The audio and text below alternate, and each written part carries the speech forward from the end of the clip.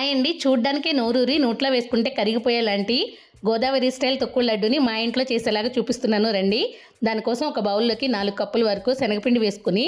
కొద్దిగా వాటర్ వేసుకుని పిండిని కొంచెం గట్టిగా కలుపుకుని ఇక్కడ చూస్తున్నారు కదా ఈ షేప్లో కొద్దిగా పిండిని తీసుకుని చేసుకున్న తర్వాత డీప్ ఫ్రైకి సరిపడగా ఆయిల్ వేసుకుని వీటిని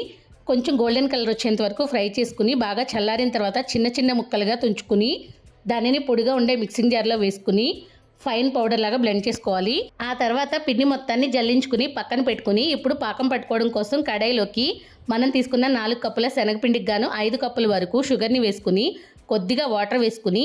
తీగ పాకం వస్తుంది అనుకునే ముందే స్టవ్ ఆపేసి ఆ పాకాన్ని జల్లించిన పిండిలో వేసుకుని బాగా కలుపుకోవాలి. ఇందులోకి మంచి ఫ్లేవర్ కోసం యాలకుల పొడి అలాగే 4 టేబుల్ స్పూన్ల వరకు నెయ్యి కూడా వేసుకుని బాగా దగ్గరగా అయ్యేంత వరకు కలుపుకున్న తర్వాత ఏదైనా బరువుగా ఉండే పాత్రతో పిండిని బాగా రుద్దుతూ ప్రెస్ చేస్తూ కలిపి ఉండలు చేసుకుంటే చాలా సాఫ్ట్గా వస్తాయి.